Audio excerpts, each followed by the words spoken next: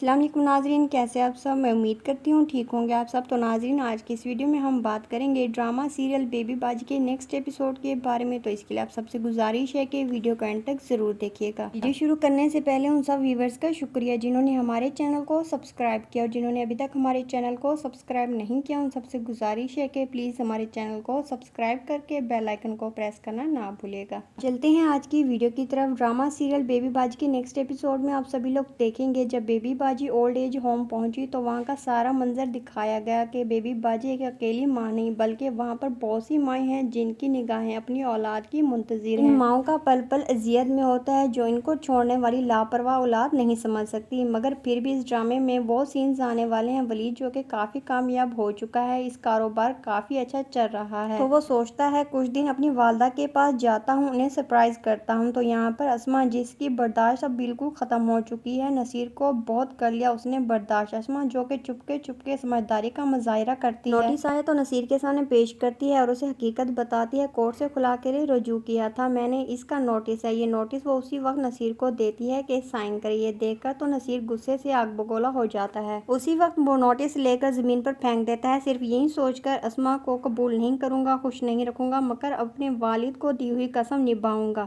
کہ کبھی اس اسما کو نہیں چھوڑوں گا، اور شاید وہ اس سے ابھی کہہ دے اتنا شوق ہے تو تمہیں یہاں سے جانے کا تو چلی جاؤ یہاں سے۔ تبھی اسما عذرا کے گھر آ جاتی ہے، مگر یہاں پر آئی تو اسے معلوم ہوا کہ بیبی باجی تو یہاں پر نہیں ہے، اور عذرا جو سب کو بتا رہی ہے کہ وہ تو واصف کے گھر گئی ہے، جبکہ دوسری جانب بیبی باجی کی طبیعت اب کافی خراب ہے۔ اندر ہی اندر سے اولاد کا غم انہوں نے دل سے لگا لیا، اور یہ غم آخر دل سے کیسے نہ لگتا۔ ساتھ بیٹھی ان کی ایک دوست نے مشورہ دیا، آپ اپنے چھوٹے بیٹے کو فون کر کے کیوں نہیں بلا لیتی؟ تو بیبی باجی دکھی ہو کر کہتی ہے میں اس پر بوجھ نہیں بننا چاہتی، اس لیے تو ولید کو اب تک کچھ نہیں بتایا، بس ایک ماں تھی نہ چاہتی تھی ان کا بیٹا کامیاب ہو، میرے جھمیلوں میں نہ پڑے۔ اور دوسری جانب جیسے کہ ولید سرپرائز دینے واپس آتا ہے اچانک سے گھر، تاکہ جا کر امی کو سرپرائز دوں، انہیں اچانک سے خوش کروں۔ اب گھر واپس آتا ہے تو امی کو آوازیں لگاتا ہے، عذرا ولید کو سامنے دیکھ کر چونک گئی اور ہلکی سی مسکراہٹ دیتی ہے، وہ امی تو واصف کے گھر گئی ہیں۔ اب ولید فوراً سے اپنا بیگ رکھتا ہے اور اسی وقت وہاں سے وہ واصف کے گھر جاتا ہے۔